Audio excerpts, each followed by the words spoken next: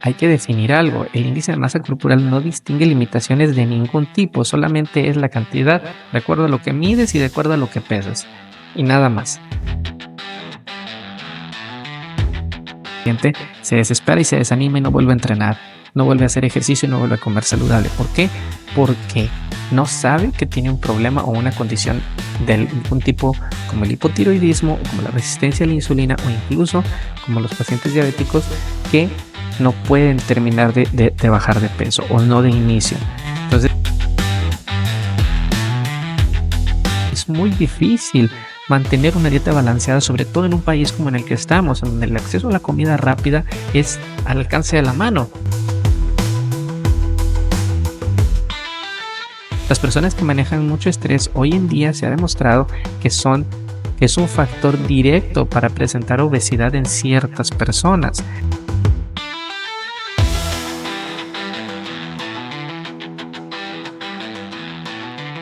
Hola, ¿cómo estamos? Buenas. Vamos a empezar el día de hoy con esto que se llama historias de consultorio. Muy bien, iniciamos un poco tarde. El día de hoy otra vez me retrasé, como casi siempre. Muy contento de estar aquí con ustedes nuevamente en esto que son las historias de consultorio. El día de hoy vamos a tocar un tema un poquito, pues, por decirlo poco, polémico, que es como lo dice el título del en vivo, que es la obesidad, más allá del peso, sobre todo ahora que hemos visto algunas cosas nuevas acerca de esto. Pero bueno, iniciando como siempre, como todos los martes y jueves, desde que empezamos con esta parte de tu podcast de qué platican los doctores, vamos a empezar a hablar un poco de las noticias que hemos tenido durante el fin de semana. Durante este fin de semana, los últimos 3 días, Estados Unidos ha estado atacando a los hutíes rebeldes de Yemen.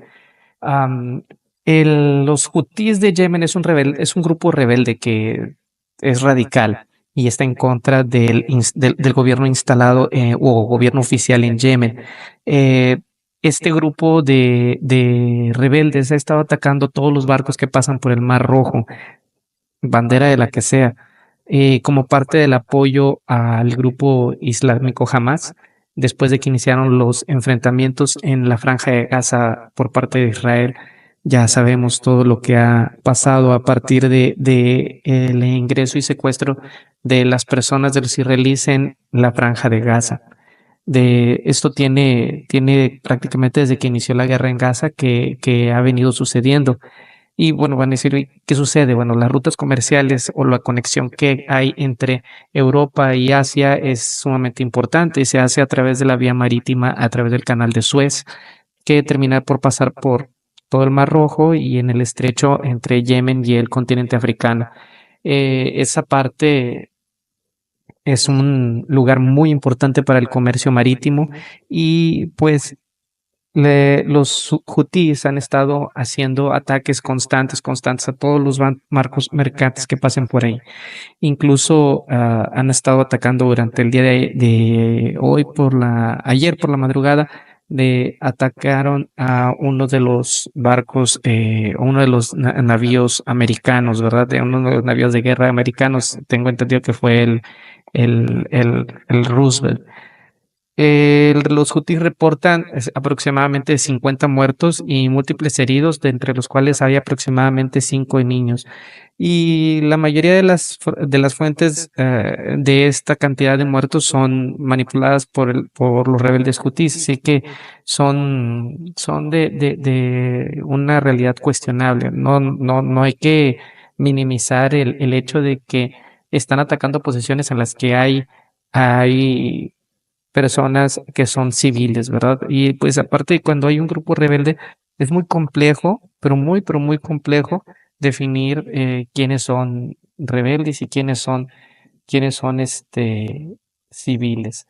Entonces, pues vamos a estar pendientes o a estar ahí esperando a ver qué sucede durante los próximos días, porque parece ser un área de mucha atención en el área de Medio Oriente y pues como siempre, otra vez, Medio Oriente dando de qué hablar con eso.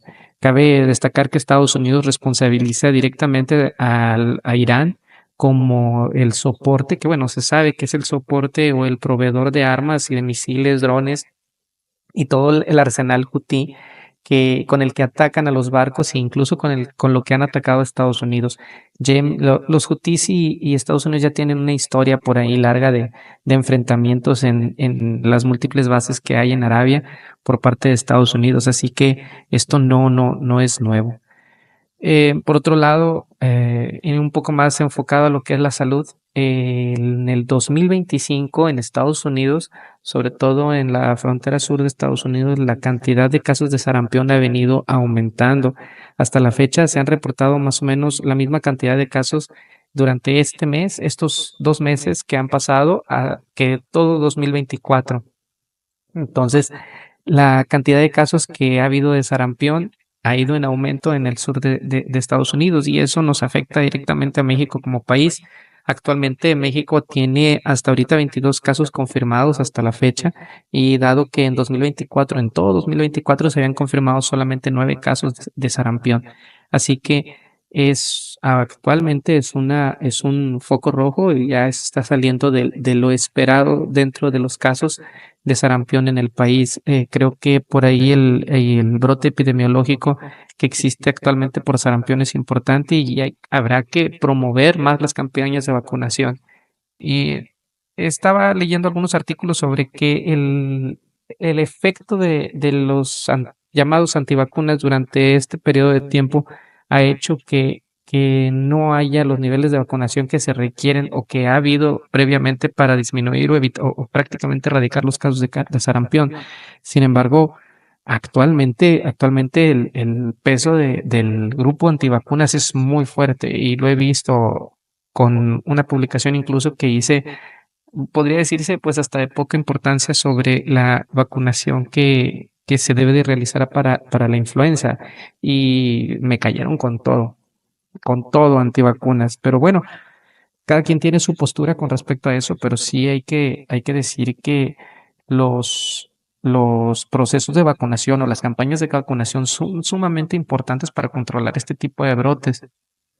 Además de estar pendientes a los signos y síntomas que pueden aparecer. Habitualmente el sarampión tiene un periodo de incubación de 7 a 14 días. Hay que revisar a los niños, que casi siempre se presentan menores, pero también se puede presentar en personas adultas que tengan fiebre, que tengan eritema, que tengan erupción, que tengan dolor faríngeo o que empiecen de forma insidiosa. Entonces, tenemos que estar pendientes de eso y cualquier situación que podamos tener parecida a eso, siempre hay que acudir lo más pronto posible a la consulta.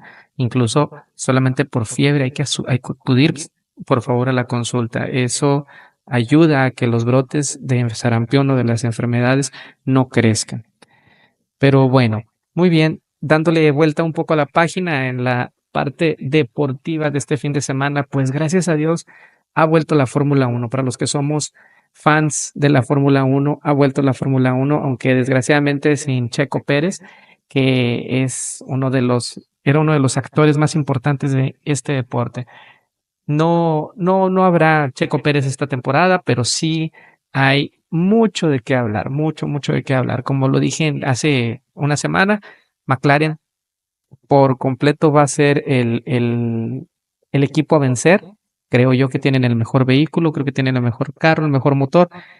Tal vez no los mejores pilotos, pero sí tienen una dupla de pilotos importantes y no creo que haya quien le vaya a hacer frente. Este fin de semana la carrera, para los que no la vieron, fue en el Albert Park en Melbourne, Australia, y pues esta carrera se desarrolló en lluvia, o sea, que aparte pues le da un poco de emoción a la carrera de Fórmula 1, al evento de Fórmula 1, porque iguala mucho las condiciones para todos los pilotos y ahí es donde en la lluvia se ve quién realmente es un buen piloto, ¿verdad?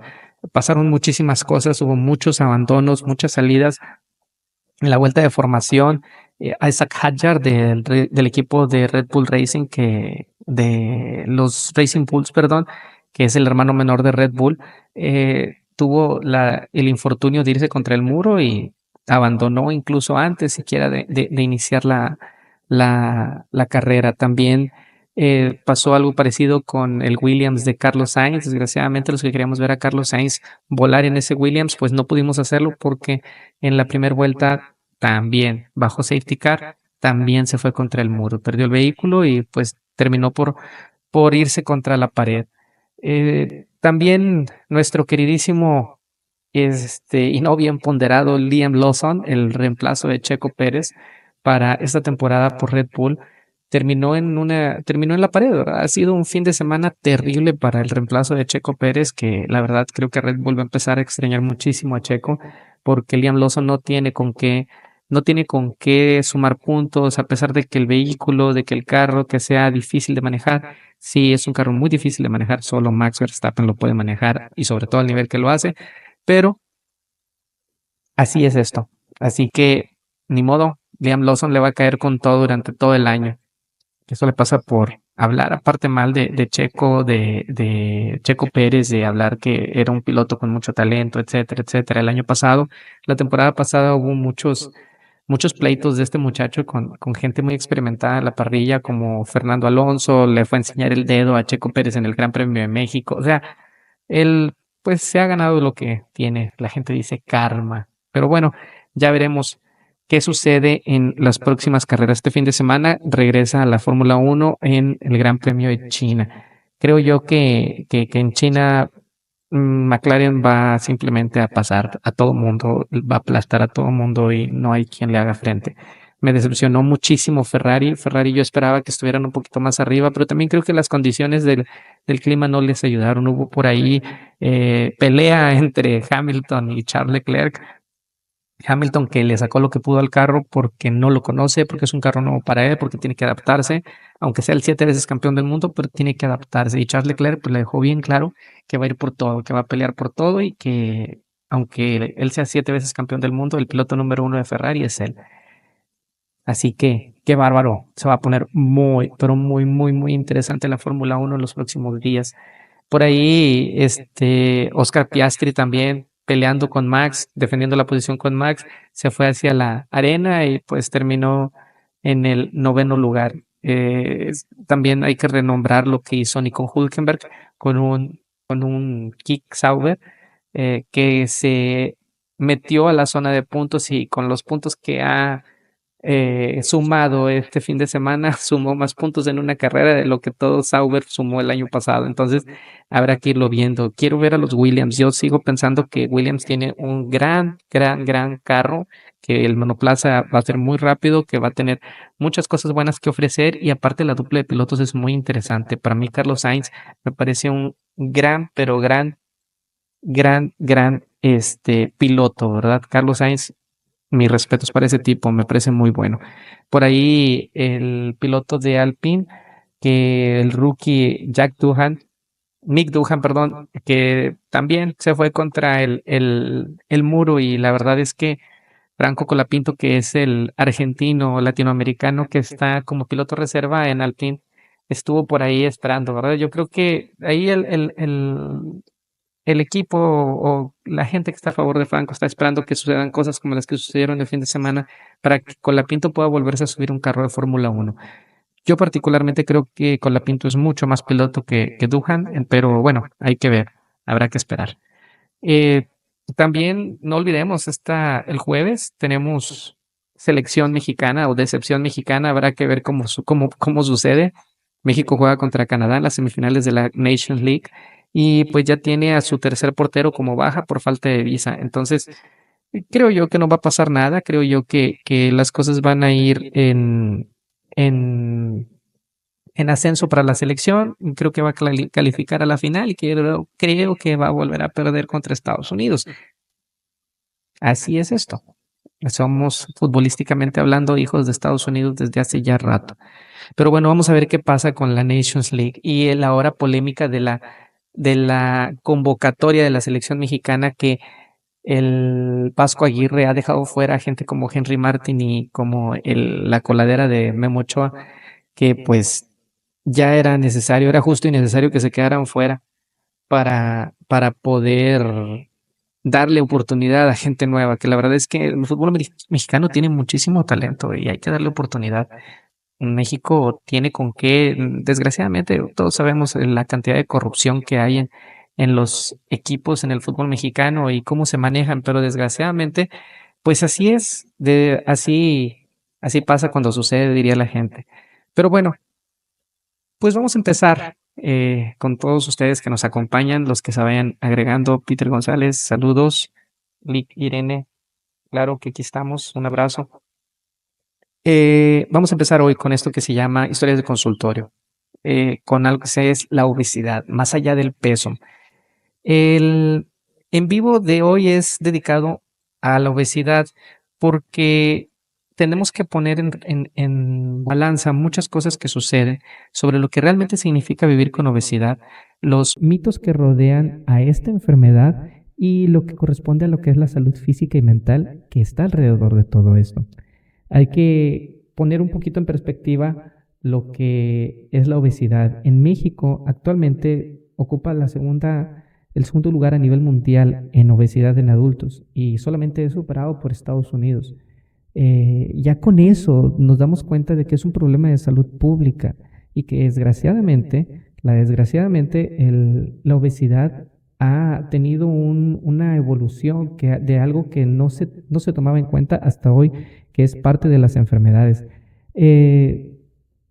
México actualmente no solamente la obesidad en adultos ocupa el segundo lugar, sino que la obesidad infantil se ha duplicado durante los últimos 20 años y en 2023, de 1999 a 2023, ha subido en un 17.5%. 17.5%. Eso es muchísimo, muchísimo. Tengo por aquí algunos datos. Se estima que para 2030 1 de cada 2 adultos será obeso y 4 de cada 5 tendrán sobrepeso u obesidad. Y que las proyecciones para 2030 indican que Estados Unidos tendrá casi 17 millones de menores de 19 años con obesidad. Eso es algo, es impresionante la obesidad que estamos, la cantidad de personas que tienen sobrepeso u obesidad y que los lleva a tener enfermedades a partir de eso. Entonces, a partir de eso, partiendo de esa parte, vamos a definir qué es la obesidad. Bueno, la obesidad es una enfermedad crónica que se caracteriza por el exceso de grasa corporal que puede afectar la salud. Y realmente no se trata solamente de estética, sino de un problema médico real que tiene múltiples factores involucrados. No solamente es tener mucha grasa y pesar mucho, hay muchas cosas alrededor de la obesidad que iremos platicando. Empezando por los mitos, ¿verdad? Los mitos sobre el hecho de que la obesidad hoy en día solamente es comer menos, o solucionar la obesidad hoy en día solamente es comer menos y hacer más ejercicio. Pues sí, pero no. Sí, ¿por qué sí? Porque a final de cuentas la obesidad es como ya lo dije, es el exceso de grasa retenida en el cuerpo. Sin embargo, la forma adecuada para disminuir esa grasa, pues sí es hacer ejercicio y hacer una dieta, pero no solamente no es solo comer menos, como mucha gente piensa. Comer menos no es sinónimo de bajar de peso. He tenido muchísimos pacientes que llegan y me dicen, realmente como poco y como quiera tengo obesidad. Realmente como muy poquito y hago ejercicio y como quiera tengo obesidad. Entonces ahí es donde viene el primer mito que tenemos que tirar o tenemos que romper. No solamente comer menos hace que tú disminuyas tu peso o que la obesidad se supere, ¿verdad? No solamente es eso. ¿Qué es lo que realmente funciona y lo mejor que podemos hacer? ¿Hacer ejercicio y hacer una dieta adecuada para disminuir el peso? Sí es lo correcto. Es lo mejor y es para nuestra salud y para nuestro proyecto de vida o para disminuir el envejecimiento, como diría mucha gente, es lo ideal, ¿verdad? No solamente comer poquito. Bien, pero aquí estamos hablando de la parte de la obesidad en la que estamos centrándonos en el ejercicio y en la alimentación. Pero ¿qué pasa con la genética? Las hormonas, la salud mental, los accesos a los alimentos saludables o no saludables y el sedentarismo, que hoy en día es uno de los problemas más graves que tenemos por el estilo de vida que se lleva de forma global. Es muy común que el paciente o muchos pacientes que tienen obesidad trabajan mucho tiempo, no pueden darse un tiempo para comer de forma saludable o no se programan para comer de forma saludable. Y esta parte de la dieta es la parte más compleja, es la parte más difícil. Darte un tiempo para hacer de comer, no solamente para hacer ejercicio, sino para hacer tu comida. Desgraciadamente, las comidas o las porciones de comida que encontramos a nuestro alcance en restaurantes o en partes de comida, áreas de comida rápida, son alimentos con demasiada grasa, con demasiados carbohidratos o con porciones muy grandes. Tenemos la cultura desde hace tiempo en que en México o en Estados Unidos los platos de comida, mientras más grandes, más servidos y más comida tengan, son mejores. Y desgraciadamente tenemos esa cultura o esa idea que es muy equivocada. Los alimentos deben de ser balanceados y deben de ser balanceados no solamente en macronutrientes, sino también en porciones, precisamente para que puedan ser balanceados en macronutrientes. Y otra vez estamos hablando de un hábito alimenticio, otra vez estamos hablando de dieta. Pero no solamente es eso, también viene el sedentarismo. No sé si recuerdan alguna vez una película de Disney que se llama Wall-E. En esa película, la población de las personas que se encontraban en una nave espacial, todos eran obesos. Y eran obesos porque tenían acceso a todo lo que podían hacer desde su propia silla, teniendo una vida completamente sedentaria. Pues nos está pasando lo mismo. Hoy en día todo lo que podemos hacer lo hacemos desde la silla, porque tenemos una vida sedentaria, porque no nos movemos, porque caminamos poco, porque no tenemos la costumbre de salir a hacer un poco de ejercicio. No tenemos que hacer un ejercicio de alto impacto o un ejercicio de bajo impacto o ir a hacer pesas. No, con el hecho de movernos, caminarnos es suficiente para empezar a evitar este problema que es el sedentarismo. Perdón. El estilo de vida moderno o el estilo de vida al que estamos acostumbrados es un estilo de vida en el que permanecemos muchísimo tiempo sentados o muchísimo tiempo en una sola posición. Nos alimentamos con lo que nos encontramos: hamburguesas, hot dogs, pizza, muchas cosas que no son saludables y que aparte nos mantiene normalmente bajo mucho estrés. Las personas que manejan mucho estrés hoy en día se ha demostrado que es un factor directo para presentar obesidad en ciertas personas. Entonces, el estrés hoy en día promueve la obesidad, promueve el estilo de vida al cual me refiero, un estilo de vida moderno, pero que desgraciadamente nos lleva hacia esa parte. No sé si es ustedes en algún momento, si alguien me está viendo, me está escuchando, que piense: caray, a ver, todos los días me aviento una hora de entrenamiento y no bajo de peso. O está el típico paciente que llega a la consulta y te dice: doctor, es que no bajo de peso y mire que tengo 4 meses comiendo menos o comiendo más o menos saludable, pero no bajo nada de peso. Bueno, ahí es donde entran la parte de problemas hormonales. Las personas que tienen problemas como la famosa prediabetes o la resistencia a la insulina, promueve una dificultad en el metabolismo de los carbohidratos y en el metabolismo de las grasas también, que hace que aumenten de peso. Entonces, las personas que tienen diabetes, las personas que tienen resistencia a la insulina o personas que puedan tener un problema hormonal como los problemas de hipotiroidismo, que su tiroides está enferma y que no produce la suficiente hormona tiroidea, esas personas tienden a tener muchas dificultades para bajar de peso, a pesar de que coman de forma saludable y a pesar de que hagan ejercicio. Entonces es muy común que pasen aquí dos cosas: el paciente se desespera y se desanima y no vuelve a entrenar, no vuelve a hacer ejercicio y no vuelve a comer saludable. ¿Por qué? Porque no sabe que tiene un problema o una condición de un tipo como el hipotiroidismo o como la resistencia a la insulina o incluso como los pacientes diabéticos que no pueden terminar de bajar de peso o no de inicio. Entonces, es muy común que eso nos suceda y que termine por acabar con nuestras intenciones de evitar el sedentarismo y cambiar nuestra forma de vida. Desgraciadamente, la obesidad, este tipo de enfermedad, o la obesidad se vuelve una enfermedad cuando nos empieza a dar otro tipo de problemas. Así que es muy importante que podamos tener una buena actitud para poderlo cambiar. Entonces, déjame aquí en los comentarios si conoces a alguien o si me están escuchando y se identifican con esto, conocen a alguien que, a pesar de que hace ejercicio, a pesar de que va al gimnasio, a pesar de que hace una dieta relativamente estricta, no logra ver resultados en cuanto a la obesidad o la baja de peso.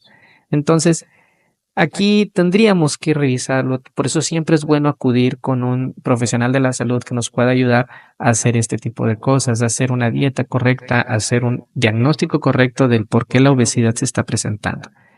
Así que la obesidad va más allá, como lo dije hace rato, más allá del peso, va más allá de solamente decir tengo mucha grasa. No quiero decir la palabra porque luego me van a afonar aquí. Eh, Así que es más que subirse solo a la báscula, ¿verdad? Se utilizan hoy en día ya diferentes herramientas, o bueno, se deben de utilizar diferentes herramientas el- para poder diagnosticar la obesidad de forma correcta. La OMS, la Organización Mundial de la Salud, actualmente maneja el diagnóstico de la obesidad perdón, maneja el diagnóstico de la obesidad como con el índice de masa corporal. El índice de masa corporal es la cantidad de kilos, explicado en palabras comunes, es la cantidad de kilos que hay por metro cuadrado de superficie corporal. O sea, si nosotros agarráramos nuestra superficie del cuerpo y la pusiéramos así en el suelo, así toda extendida, bueno, la cantidad de kilos que hay por cada metro cuadrado de superficie, eso es el índice de masa corporal. Entonces, nosotros habitualmente, como médicos, definimos que la obesidad está cuando hay cuando hay 30 kilos o más de 30 kilos por metro cuadrado de superficie corporal en cualquier persona. Para nosotros eso es obesidad. Según la Organización Mundial de la Salud, la obesidad se tiene que diagnosticar a partir de ese peso. No importa lo demás, solamente el peso. Entre 25 y 29.9 decimos que las personas están sobrepeso y más de 30 y a partir de 30 kilogramos por metro cuadrado de superficie corporal hacia arriba, pues existe obesidad, obesidad mórbida, etcétera, etcétera. Se clasifica la obesidad en diferentes formas que no nos vamos a meter ahorita en eso. Entonces, el diagnóstico es específicamente a partir del índice de masa corporal. Sin embargo, hay que definir algo. El índice de masa corporal no distingue limitaciones de ningún tipo, solamente es la cantidad de acuerdo a lo que mides y de acuerdo a lo que pesas. Y nada más.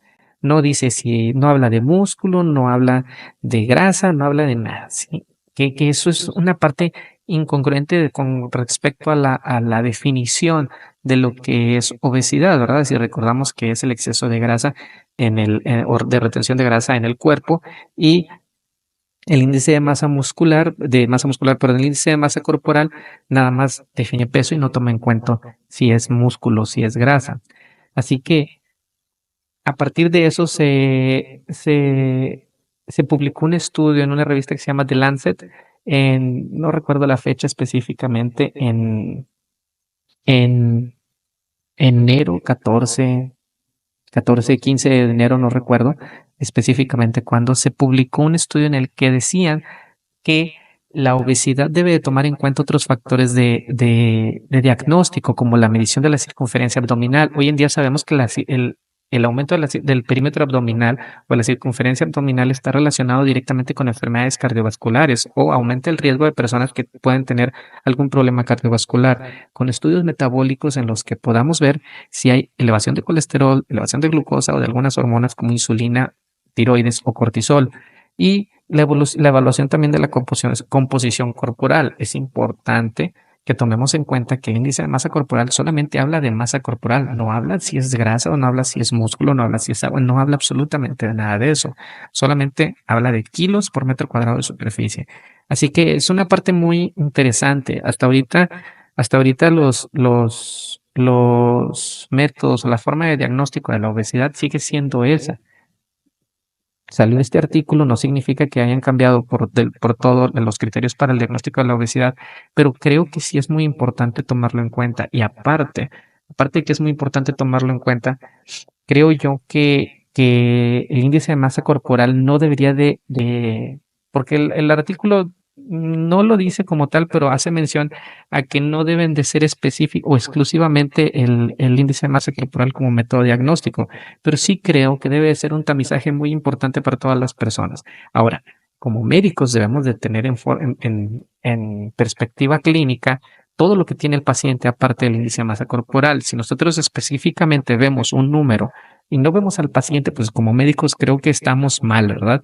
Hay que ver la perspectiva del paciente. Pues hay pacientes que están bien mamados y que están bien fuertes y los ves chaparritos y tienen una cantidad de kilos por metro cuadrado que es muy elevada, pero no significa que estén obesos, significa que tienen mucho músculo. Y ahí es donde la parte de la composición corporal entra y es muy importante. Entonces, creo que tenemos que ser más asertivos con respecto a el diagnóstico de la obesidad. Decir obesidad no significa nada más tiene mucho peso y está chaparro, se acabó. No. O tiene mucho peso o tiene muchos kilos por cada metro cuadrado. No. Creo yo que solamente tenemos que poner en perspectiva todo lo que está alrededor del paciente, no nada más su peso y su estatura. Entonces, a partir de ahí, y hablando de las personas que tienen obesidad, tenemos que saber que la obesidad tiene ciertas consecuencias. Las más importantes y las consecuencias médicas más importantes, pues son lo de siempre: diabetes, hipertensión, enfermedades del corazón, y eso es en cuestión de enfermedades crónicas, pero también hay enfermedades que se ven de forma, afecciones que se ven de forma física, como por ejemplo los problemas articulares. ¿Sí? El cuerpo no está hecho para cargar esa cantidad de peso, incluso hablando de personas que tienen mucho músculo o que todo el peso es músculo. Por ejemplo, las lesiones de rodilla, de cadera o de columna que se presentan en las personas que tienen una obesidad crónica son importantes. Y no solamente eso, no solamente eso, sino la lesión que se empieza a generar a partir del sobrepeso en las personas. Las dificultades para respirar o la famosa llamada apnea del sueño o tener pacientes ya con cosas muy avanzadas como algo que se llama síndrome de Pickwick, que se quedan dormidos en todas partes, van al baño y se están durmiendo en el baño. Están sentados comiendo y de repente se quedan dormidos, están peinando y se quedan dormidos. Eso son personas que el peso de su pecho, de su tórax es tal que no le permite al tórax expandirse de la forma adecuada y que eso le ayude a respirar de la forma correcta, y pues eso disminuye la cantidad de oxígeno circulante y el paciente le da sueño. Eh, ¿Qué otro tipo de problemas? Pues también las mujeres que padecen de esta enfermedad de la obesidad tienen, normalmente tienen problemas de fertilidad, y además de todo esto, algo que impacta mucho y muy fuerte, sobre todo en la población adolescente, es la depresión y la baja autoestima, que pues nos va a dar muchos, pero muchos, muchos, muchos problemas. El peso por sí solo no puede definir la salud de la persona, y también por eso creo que es muy importante tomar en cuenta todo lo que el artículo de The Lancet nos dice. Um, Sin embargo, hay compañeros que pues se dedican solamente a ver el peso, ¿verdad? Desgraciadamente. Así que tenemos que establecer que el contexto de todo paciente es mucho más importante que solamente ver un número en el expediente, que sea el peso o la cantidad de kilos por metro cuadrado de superficie. Ay, bueno, voy un poquito rápido. Eric, saludos, mi querido Eric. Ver, muchos saludos. Ever, importantísimo dato, debido a que aún hay personal de salud que usan el índice de masa corporal como factor determinante de la clasificación del peso. Sí, como lo decía, es muy importante poder ver al paciente, ¿sí? Poder ver al paciente. Yo creo que también esto está muy enfocado al tipo de medicina que se ejerce en Estados Unidos, en el que agarran un expediente y de acuerdo a lo que ven en el expediente es como clasifican al paciente, y pocas veces ven al paciente como un paciente como tal, ¿verdad? Aquí en México estamos muy acostumbrados a hacer una medicina un poquitito más clínica, pero sí, sí, sí, es muchísimo más importante todo el contexto del paciente, más allá que solamente la cantidad de kilos que tienen por metro cuadrado de superficie. Entonces, pues, una vez que cualquier persona sufre obesidad, pues tenemos que establecer alguna estrategia o algo para que podamos tratar esa obesidad. Y en esta parte tenemos que decir que cada paciente es diferente y que eso hace que cualquier paciente requiera un plan personalizado para que pueda tratar esa obesidad. No existen varitas mágicas, no existe algo que tenga una pastilla y mañana vas. No, no, no. No existe, no existe, no existe eso. Lo que existe es el trabajo constante el trabajo constante y el trabajo médico, no solamente del paciente, porque la mayoría de las veces se refieren como trabajo constante, pararse, ir al gimnasio, hacer dieta. No, no, es de todos, ¿verdad? Del médico que esté haciendo una revisión exhaustiva de cada paciente o de su paciente tratado por obesidad y los planes individualizados de cada paciente, que bueno, y deben de incluir ciertas cosas, cosas como el cambio del estilo de vida, ¿verdad? El, está demostrado que la alimentación balanceada con un déficit calórico supervisado y la actividad física con entrenamiento, ya sea de pesas o ya sea de cardio, van a disminuir la cantidad de grasa que existe en una persona. Eso está demostrado, a pesar de todos los factores que ya les he comentado, que no aparecen, dígase, dicho sea de paso, no aparecen en todas las personas. No todas las personas van a tener hipotiroidismo, todas las personas van a tener resistencia a la insulina. Hay que decir que sí, algunas lo van a padecer y algunos lo van a sufrir y les va a costar un poco más, pero el gran grueso de la población que tiene obesidad no tiene estas condiciones y no tiene estas condiciones y vive con obesidad porque los medios, su estilo de vida o la forma en la que vive diariamente lo ha llevado hasta ahí. Existen muchas, te lo he escuchado muchas veces, que tengo problemas, ¿no? Lo he escuchado muchas veces que el paciente dice, a ver, ya estamos otra vez en directo. He escuchado muchas veces que el paciente dice, no, lo que pasa es que yo antes era flaquita, por ejemplo, la señora que dice, yo antes era flaquita y pues ya después empecé a subir de peso. Pero pues hay que tomar en cuenta los factores. La señora dejó de hacer ejercicio porque tuvo niños, porque ya no tuvo la oportunidad de, de seguir haciendo ejercicio, de seguir haciendo una dieta balanceada. Es muy difícil mantener una dieta balanceada, sobre todo en un país como en el que estamos, en donde el acceso a la comida rápida es al alcance de la mano. Así que es muy, muy complejo. ¿Qué tenemos que empezar a hacer? Bueno, tenemos que empezar por los cambios en el estilo de vida. Obviamente existen para ciertos pacientes y para los que tienen ciertas condiciones los medicamentos para la obesidad. El, el más socorrido o el que más se comenta siempre es el famoso Orlistat. El Orlistat que reduce la absorción de grasas en el intestino y bueno, desgraciadamente tiene un efecto muy feo que hace las evacuaciones sean un poco más líquidas, entonces es molesto para el paciente. Y recientemente aparecieron la liraglutida y la semaglutida, que son medicamentos que regulan el apetito, que habitualmente, bueno, fueron diseñados o hechos para los pacientes con diabetes, pero descubrieron que también regulan el apetito. En- y se utilizan para cierto tipo de paciente que necesita bajar de peso porque su obesidad ya es un problema de salud. Hay que decirlo, el paciente con obesidad le cuesta moverse y le cuesta hacer ejercicio. Es muy difícil tener un paciente que pesa 150 kilos y que mide, que les gusta 1,65 y es muy difícil para ese paciente moverse, mover 160 kilos. Cuando ustedes le digan a un paciente, es que estás obeso porque no corres, aguas. Es difícil, es muy difícil para una persona de 160 kilos mover 160 kilos mientras corre, mover 160 kilos mientras hace pesas. No es imposible, es cierto, pero es muy difícil. Así que por eso tiene que ser supervisado por un especialista y por alguien que sepa de nutrición y que sepa de los tipos de entrenamiento que puede hacer.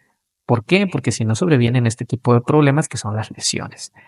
Y hay algo que es radical y que hoy en día es el estándar de oro para el tratamiento de la obesidad y la obesidad mórbida o la obesidad que genera enfermedades, que es el bypass gástrico o la manca gástrica.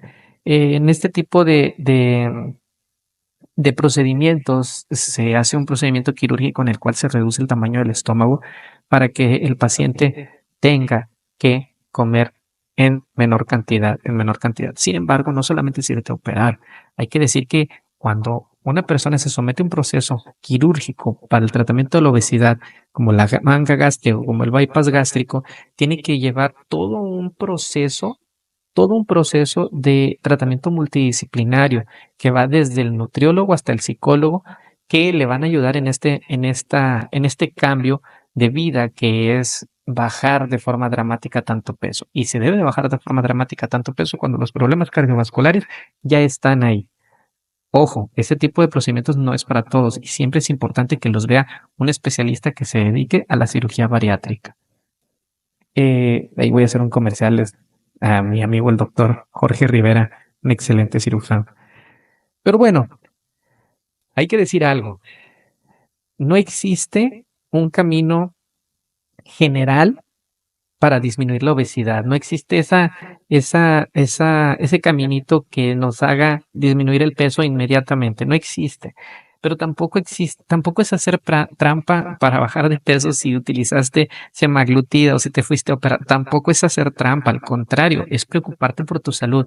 Y esa es la parte que a nosotros como médicos más nos importa. Hace una semana les comentaba, que nuestro enfoque como médicos siempre es tratar de buscar la prevención y tratar de hacer una medicina más preventiva que curativa.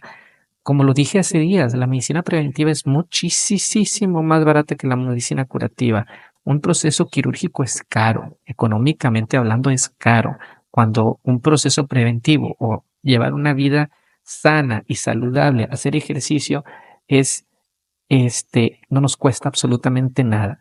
De hecho, si hacen cuentas, por así decirlo, si hacen cuentas en el alimentarse de forma sana o de forma adecuada, es mucho más barato que comer de la calle. Si ustedes quieren mejorar su economía, dejen de comer en la calle, dejen de comer pizza, aunque la pizza cuesta 150 pesos, 120 pesos, dejen de comer pizza, dejen de comer hamburguesas y eso lo pueden invertir en alimentos que sean realmente sanos y que estén balanceados. Eh, Tenía un amigo que me decía, es que yo como pura pechuga a la plancha. Sí, güey, pero te comes 1 kilo de pechuga cada que te sientas. O sea, también la cantidad y las porciones deben de ser adecuadas para cada persona y eso solamente lo puede hacer un profesional de la salud. Hay muchas herramientas que nos pueden ayudar, tanto de inteligencia artificial como de herramientas celulares, pero lo que deben de hacer es visitar un médico, un nutricionista, nutriólogo que les ayude con el proceso de la pérdida de peso. Y sobre todo, más allá de la pérdida de peso, revisar que no existan condiciones que nos puedan limitar el avance en el proyecto de mejora que es la pérdida de peso y la solución de la obesidad. Eh, por último, y bueno, ya para terminar, quiero que sepan que a pesar de todo, uno como médico siempre es preocupado o nos estamos preocupando siempre por la salud de cada paciente. Es muy común que el paciente que tiene obesidad se autolesione a sí mismo con ciertas formas de comportamientos como la vergüenza o como el miedo a acercarse a personas que tienen la capacidad o que tienen el entrenamiento para poderlos ayudar a tratar con este problema de salud pública que es la obesidad.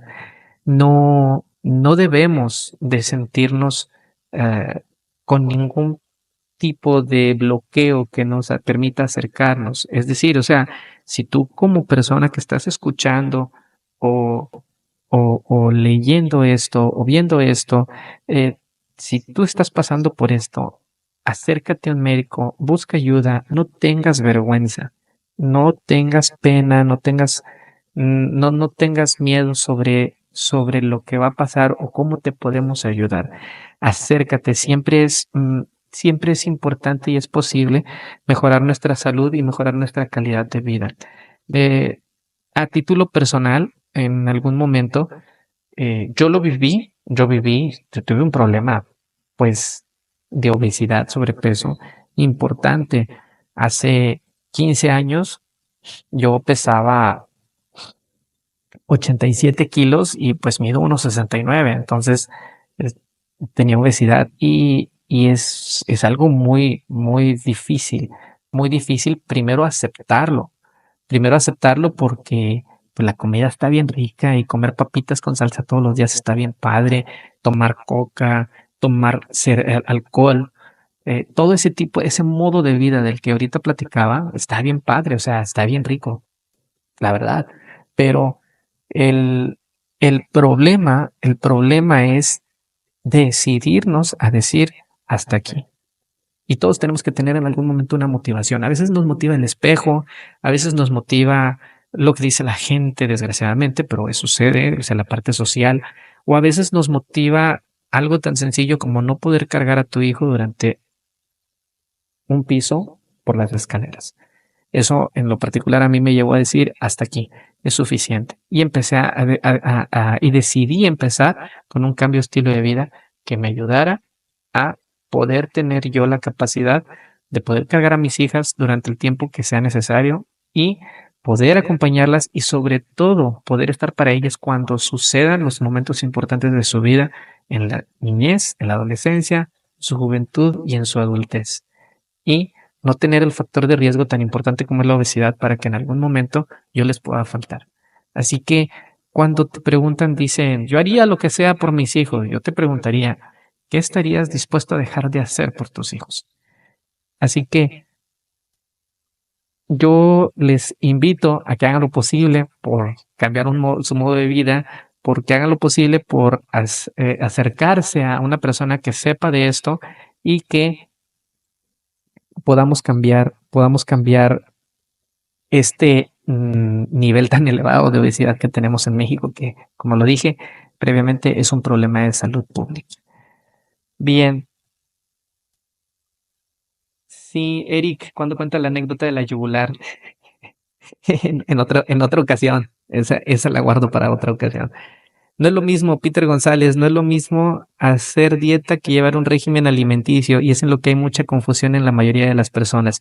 Sí, dieta y régimen alimenticio, hay que establecer cuál es la diferencia. Hacer una dieta es comer algo en específico y hacer un régimen alimenticio es comer algo en específico a partir de un objetivo, ¿sí? En este caso, pues, hacer un objetivo que es la reducción de la grasa o la reducción del peso. Y sí, hacer dieta, pues, como lo dijo él, no es lo mismo. Pero habitualmente, pues la gente tiende a llevarlos por el mismo camino, la misma forma de entenderlos. Y cuando estamos en este punto de salud pública, de problema de salud pública tan importante, como le quieran llamar, es su gusto, pero que hagan algo por cambiar ese estilo de vida y ese estilo de alimentación es importante. Bien, pues ya tenemos aquí 46 minutos platicando. Ya tenemos 46 minutos platicando. Muchas gracias a todos por sus comentarios. Muchas gracias por estar aquí conmigo en este podcast de qué platican los doctores, en este programa que es Historias de Consultorio. Gracias por acompañarnos. Síganme, compártanlo. Síganme en YouTube, en Apple Podcast, en Spotify. Síganme aquí, compartan y nos vemos el próximo jueves aquí en Historias de Consultorio.